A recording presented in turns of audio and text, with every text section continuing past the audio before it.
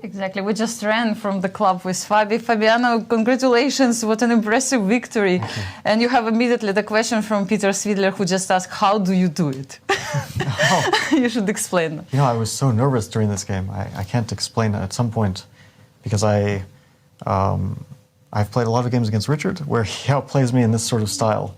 And also I felt the pressure of the tournament situation. Like, do I play for a win? But I don't want to take huge risks, of course, because the worst thing is to lose and to miss out on everything. But of course, Lenier, maybe, let's say, he gets some winning chances. I also have to watch out for that. So I had a lot of thoughts going through my head. And around this moment, like, I started to feel like I've been getting outplayed. And I thought he would just take on c3 or something. And, okay, it's probably equal, I mean, in many cases. But then when he allowed this knight e4, suddenly I started to get very optimistic. Because I thought, okay, now knight d6 is an idea. He was hoping for some tactics, but I didn't see exactly how they're working. Okay, I always have to be careful for knight e3. And yeah, then I was thinking, okay, c5 is very sharp, because if knight c5, knight e3, something happens. I don't know what. So somewhere around this moment, Lenier finished his game, right? So what were your thoughts at this time? Yeah, no, I was still thinking, okay, let's not go crazy or anything. Of course, the worst is that I lose and miss out also on a playoff or, against Lenier. But already at this moment, I felt like I'm out of risk. I thought this endgame, there's absolutely no risk for White. I mean, like, worst case, he equalizes somehow. Best case, he's in serious danger, which is what I felt. Because his knights are very awkward. I always have the option of h3, so if he goes somewhere like bishop to a3, suddenly I have probably h3 at some moment. And also, my first intention was something like h3, knight f6, knight d6, because I thought this tactic. And then I saw that after knight c8, he can take rook c8. This is very important. And I didn't feel like I have everything. But then I have anything. So then I saw this rook dc1, and it really attracted me because I'm keeping the option of h6 and knight d6, but also I'm threatening c6. So felt very dangerous here. And then he went for this sequence. I wasn't sure here. There was like very tempting bishop h4 as well. But I couldn't see the way forward here, h3 knight h6, it looks so weird, but and then yeah, it's something collapsed in his time trouble, but it's so difficult to defend this. Yeah, I mean, especially he had not so much time on his clock at this moment.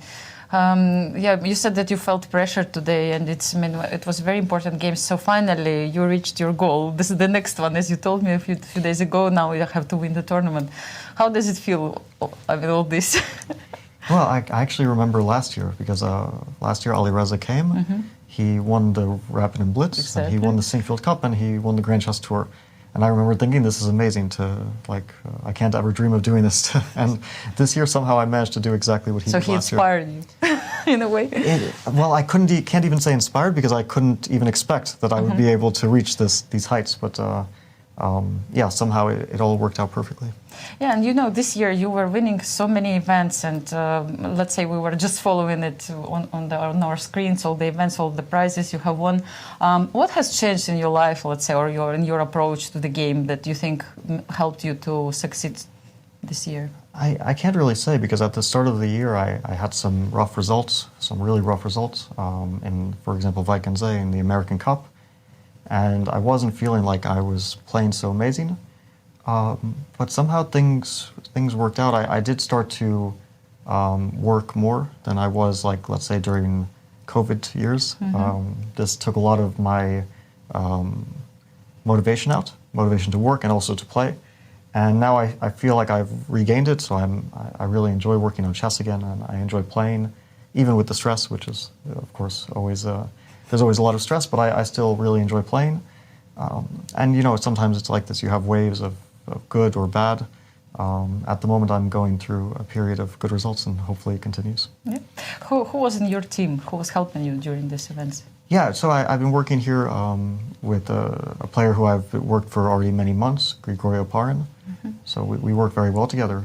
He was also with me at the World Cup and at the Bucharest Grand Chess Tour event. So we've already worked for several months. I don't think it's a secret that I'm saying this, because we've obviously been seen together. And yeah, he's an excellent chess player, also excellent understanding of the game. So I feel like I've benefited from our work. Yeah, and now the plans, have to ask you, before the candidates tournament, what are you going to do? What is the plan? What will be your preparation? Well, this I can't say fully. First of all, I don't know exactly yet. I have some preliminary plans, but nothing really written in stone. But also, I probably wouldn't want to share all my training plans, let's say. But of course, yeah, there will be plenty of preparation, since everyone's going to be taking it super seriously. It's a chance of a lifetime for many players, and you don't really get many opportunities to play. So it's always a privilege to be able to play the candidates. But you will not play in Wake, so where do you plan to play before the candidates? Any news? I am playing an event in February, but I don't think I should say, because I don't know if it's been officially announced, and I don't know if maybe the organizers want to announce it themselves. So I don't think I should say this, but it will be an very interesting event in February with many great players, and I'm looking forward to that. And I don't know about the plans for maybe the American Cup next year. I don't know exactly when the dates will be, or what the plan is, but also maybe that will be on the cards before the candidates. We'll see. I really don't know. And yeah, I'm not sure. There's coming up very soon an event in Toronto. I'm playing, so like in 1 week. Yeah, that's a big one with Magnus, Hikaru, Ali Reza, Maxime. Noterbeck, yes. Many of the best players in the world. So my last question, how are you going to celebrate? Now I think really it's time to celebrate. Yeah, I'll probably have a drink tonight. Good. So all the best for you, Fabi. Thank you so much for all those interviews and for fantastic play in the tournament. Congratulations once again. Thank you. All the best. Thanks. And we're going back to the studio. Thank you, Anastasiya. And once again, a huge congratulations to Fabiano Caruana, who is the winner of the Sinquefield Cup.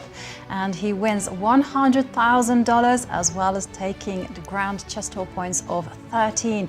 Lenia Dominguez, also a wild card in second place, with $65,000 to the good. And in third place, it was Wesley So, taking home $48,000. And how does this all translate to the Grand Chess Tour final standings? Well, we knew 2 days ago that Fabiano Caruana was going to be the Grand Chess Tour champion, and he's got the highest ever score of 46 out of 52 points, I think it was. It's something absolutely magnificent. But in second place, it was Maxime Vachier-Lagrave, who collected 28 Grand Chess Tour points, and in third place, Wesley So. And these prizes include the bonus money of $100,000 for first in the Grand Chess Tour, $50,000 second, and $25,000 third. Yes. And this is our champion. And this is our champion, Fabiano Caruana, Sinquefield Cup champion, Grand Chess Tour champion, St. Louis Rapid and Blitz winner. What a year that Fabiano has had. Simply spectacular. Simply